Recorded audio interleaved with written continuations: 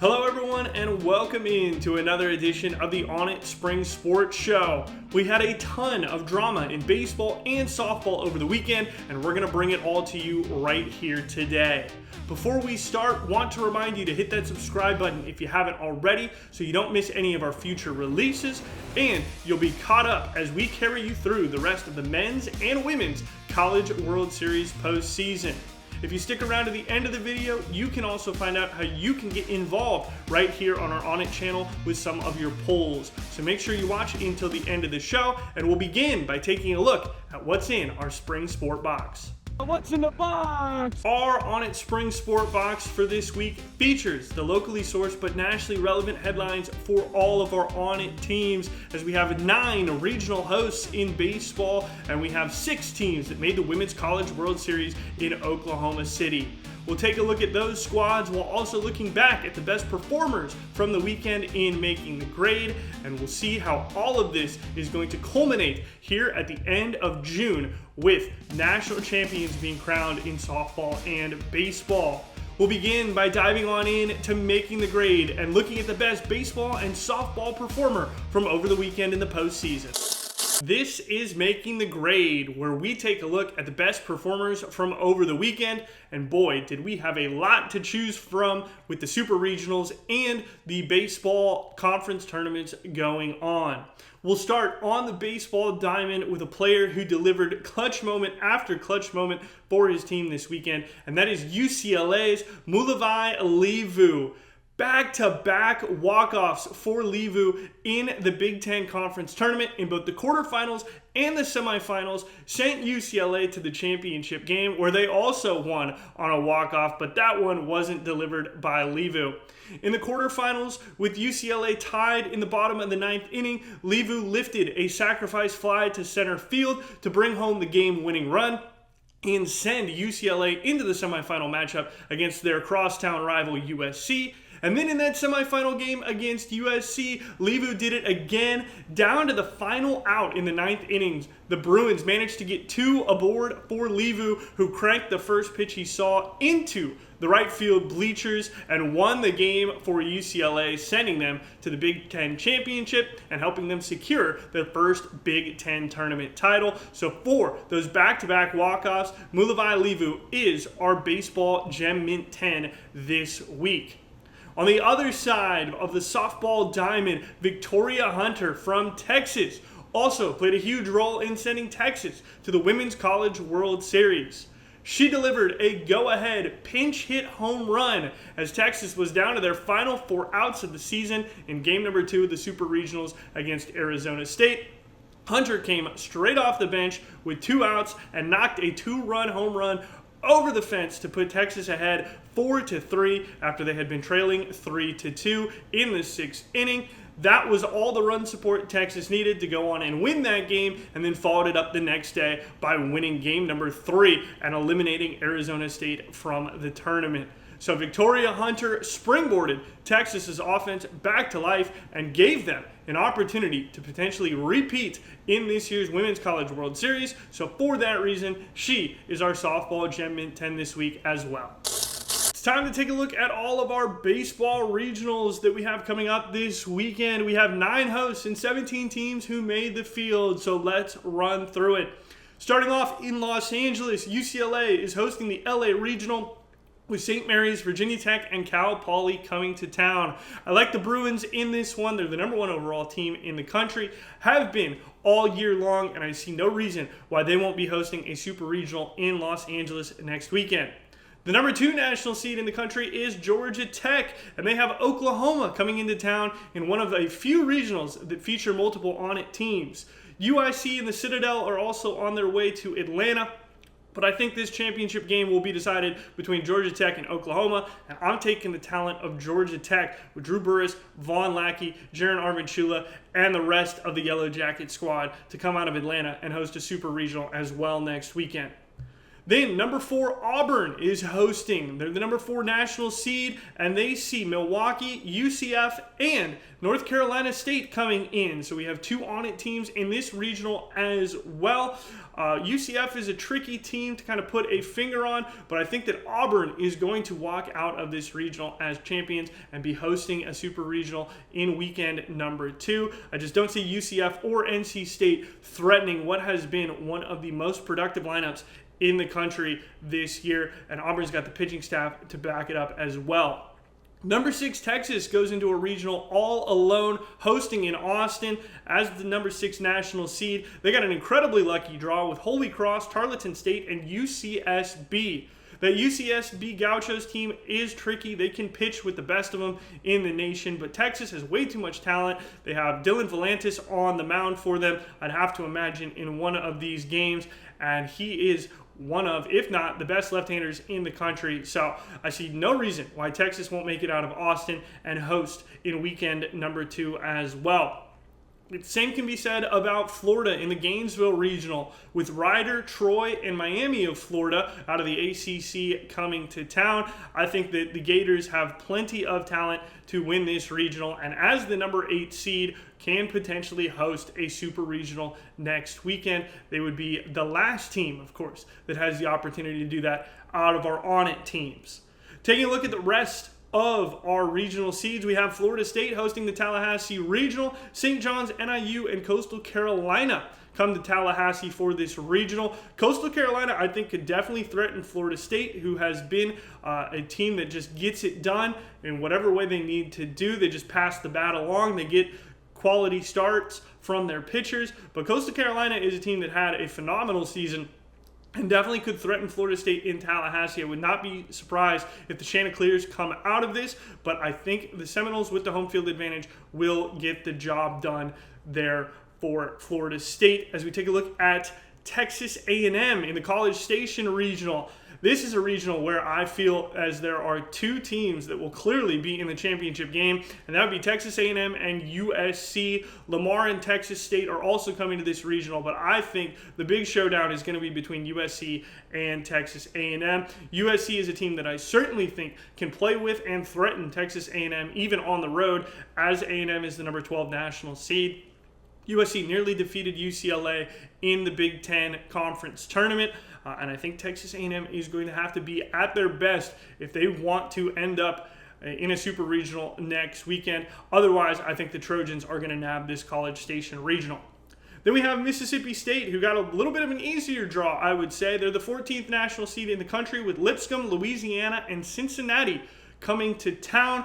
I do like the Bulldogs to get out of Starksville and head to a super regional next weekend. Louisiana is a team that has given power opposition fits this year. Cincinnati also played pretty well in the Big 12, but I think Mississippi State and Ace Reese have the talent, especially have the power in their lineup to get through Starkville and head to a super regional next weekend. And our last team that is hosting this weekend in a regional is number 16, West Virginia. It was a toss-up between them and Arkansas. The nod goes to Morgantown, where Binghamton, Kentucky, and our last ONIT team in a regional with another team, which is Wake Forest, all go to West Virginia. I think West Virginia, with Gavin Kelly, who's potentially one of, if not the best players in next year's draft class, and Max Yell, will get the job done for the Mountaineers and propel them into a super regional. But Wake Forest certainly has the talent, and they have the rich history of amazing prospects coming through in recent years, where I think Wake Forest could steal this from West Virginia, but I'm going to say that West Virginia makes it out here over Kentucky, Binghamton, and Wake Forest.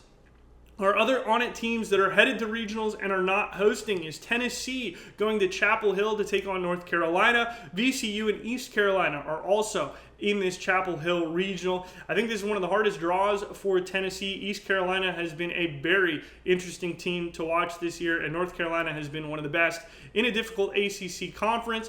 Tennessee hasn't had that gusto that they've had in years prior, but they do have the talent. They've been there before. So I wouldn't be shocked if we see the Volunteers come out of Chapel Hill, but I'm not going to be banking on it. I think North Carolina is a little too strong this season. Then we have Arizona State heading to one of the most difficult regionals this year. It's 13 seed Nebraska, Ole Miss, Arizona State, and then South Dakota State. This is one of the toughest draws here for the Sun Devils because you got 3 power conference teams, including an Ole Miss squad out of a brutal SEC this year, and Nebraska, who is one of the top dogs in a difficult Big Ten. I think Arizona State can make it out of here. I don't think it's guaranteed. I think it really is going to depend on what goes on. I think whatever team makes it to the championship of this regional unscathed is going to win this regional. I just can't see teams beating somebody twice on the same day in this regional. I think there is way too much talent cluster here. I think these teams are too close together in terms of talent. So if Arizona State can make it there unscathed, win their first 2 games, I think they'll come out of Lincoln, but otherwise it's going to be a very tough task for the Sun Devils. Feel the same way about Oklahoma State. I don't know if they can win this Tuscaloosa regional that features number 7 Alabama. You also have Alabama State and USC Upstate, who I'm not worried about, but Justin LeBron and this Alabama team that had a phenomenal year in the SEC is a team that I think just simply has more talent and is better than Oklahoma State right now. So if I'm a Cowboy fan, I'm a little bit worried about that. If you can get the leg up on Alabama, though, on day number 2, then potentially you head to that regional championship and they have to beat you twice. I'd like Oklahoma State's odds in that case, but I just don't think that's going to happen. I think Alabama is going to win this regional. Then we have Arkansas heading to Lawrence. This is a regional where I think Kansas definitely has to be on red alert. Number 15 seeded Kansas hosts Northeastern, Missouri State, and Arkansas. Arkansas could have been a national seed. Just too many losses on the docket for them this year, but it was still a toss-up between them and West Virginia, it seems like, according to the committee. So this is an Arkansas team that I think is better than Kansas. I think West Virginia swept Kansas in Lawrence, and I think Arkansas is as good, if not better, than West Virginia, propelled by Ryder Helfrich behind the dish. So I would not be surprised in the slightest to see Kansas tumble out of their own regional and see Arkansas advance to a super. So that is what I'm going to hang my hat on there. And our last ONIT team that made a baseball regional is Virginia, a very interesting regional in Hattiesburg that features the number 9 national seed Southern Mississippi, Little Rock, and Jacksonville State. So Virginia comes in as the only Power 4 conference team in this regional. Southern Mississippi had a fantastic season. They played really tough against their Power 4 opposition this season, but I think the ACC conference schedule is just simply better than anything that Southern Miss, Little Rock, and Jacksonville State played this year. So I'll take the Hoosiers to come out of here, or the Hoos rather, the Cavaliers from Virginia to come out of this Hattiesburg regional and pull an upset. So I think we're going to have some on-it upsets here. I think we're going to unfortunately have some teams that don't make it into the super regionals, but I would not be shocked if we see more of half of our on-it field be playing next weekend as well. So we'll see how my predictions go. You can let me know in the comments what you think is going to happen. And let's move on and take a look at the softball Women's College World Series, because we have 6 out of the 8 teams representing on it. The Women's College World Series has arrived in Oklahoma City. It'll all start on Thursday, May 28th. So we are just a day away from this happening as we take a look at our 6 on-it teams that are representing. Starting off in game number 1. On Thursday, we have Texas Tech matching up against Mississippi State.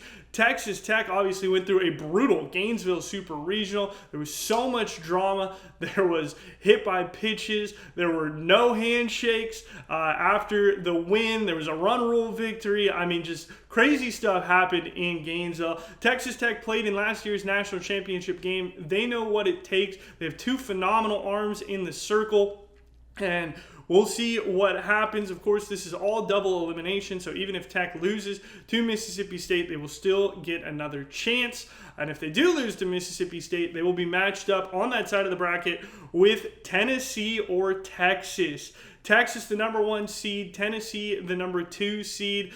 This is a super interesting matchup. Of course, Texas finished higher than Tennessee in the regular season. Texas earned the number 1 seed. Texas is probably going to go through and advance into the winner's bracket here. If you had to guess, Tegan Cabin versus Carlin Pickens will be such a fantastic pitching matchup to watch there on Thursday. But we could see a rematch between Texas Tech and Texas in the quarterfinals. And of course, those two teams fought, battled it out for the national championship last year. So to see them match up in the quarterfinals will be very interesting. And in fact, only one of them could make this year's national championship series. So Texas or Texas Tech will not be in this year's national championship game. You can book that because they're on the same side of the bracket. So very interesting top side of the bracket here as we mosey on over to the bottom, where we see Alabama take on UCLA. UCLA a 2 seed, Alabama a 1 seed. The Bruins are back. Alabama is there. Alabama will be the favorites in this. They had a great year in the SEC. UCLA did very well for themselves in the Big Ten, of course, and they could potentially see their Big Ten foe, Nebraska, if they win this game, and Nebraska wins theirs, because Nebraska, back in the College World Series for the first time since 2013, is taking on Arkansas, who's making their first ever appearance. So, on each side of the bracket, we have 3 ONIT teams, which means we have a great shot to send 2 of them to the National Championship Series. This Nebraska-Arkansas game to open up day 1. It's the final game of the day at 9:30 Eastern Time. Should be really interesting watch there. Alabama versus UCLA also should be something fun to see, just because UCLA's offense is electric. Megan Grant, Jordan Woolery, but can they pitch with Alabama? And can Alabama's pitchers shut down the UCLA offense like we saw Nebraska do to UCLA in the Big Ten championship game? So this is a really interesting bracket. The losers will head down and play on Friday. So it could be Arkansas or Nebraska playing against UCLA. It'll be one of Arkansas or Nebraska playing against potentially UCLA or Alabama. And I just think that this is a really impossible tournament to call. So it'll go on throughout the weekend. The national championship finals will begin next Wednesday, June 3rd. So we will know exactly who is in there when we bring you next week's spring sports show, and we can talk about who we think is going to win the series. It's really hard to predict, like I said, who is going to be there, but if I have to do it, I'm going to say that Texas gets back. I like them being the most well-rounded team in the top half of the bracket.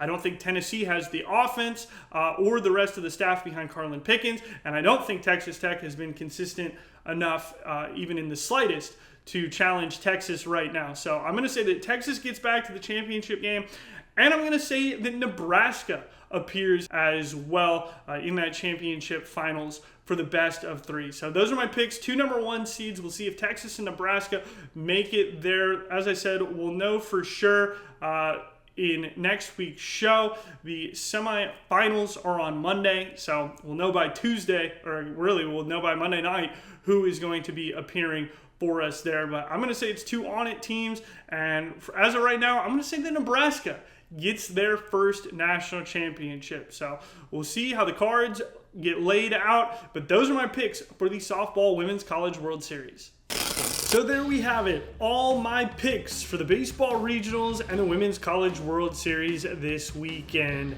Who knows? Maybe I'll get all of them right. Maybe I'll get all of them wrong. Let me know your thoughts down in the comments below. Who do you think is going to advance or potentially win the Women's College World Series? And what baseball teams are going to make it out of regionals and head into super regionals? We'd love to hear from you in the comments. And we'd also love to see your best polls. Remember, you can head to onitathlete.com/highlights and upload your best card polls as we close in on the end of the season here.